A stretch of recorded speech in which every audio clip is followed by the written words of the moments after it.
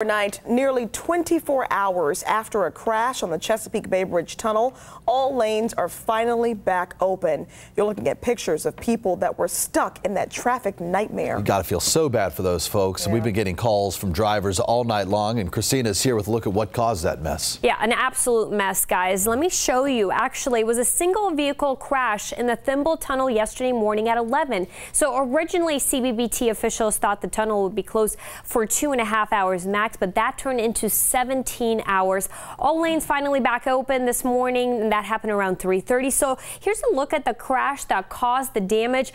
We're told a tractor trailer was hauling heavy equipment when it hit the ceiling of the tunnel, causing the equipment to fall into the roadway. One lane opened briefly yesterday afternoon, but then shut down again so crews could remove the tractor trailer as well as the heavy equipment. Drivers stuck in the standstill traffic tells people were there so long they actually had no choice but to use the bathroom on the side of the road.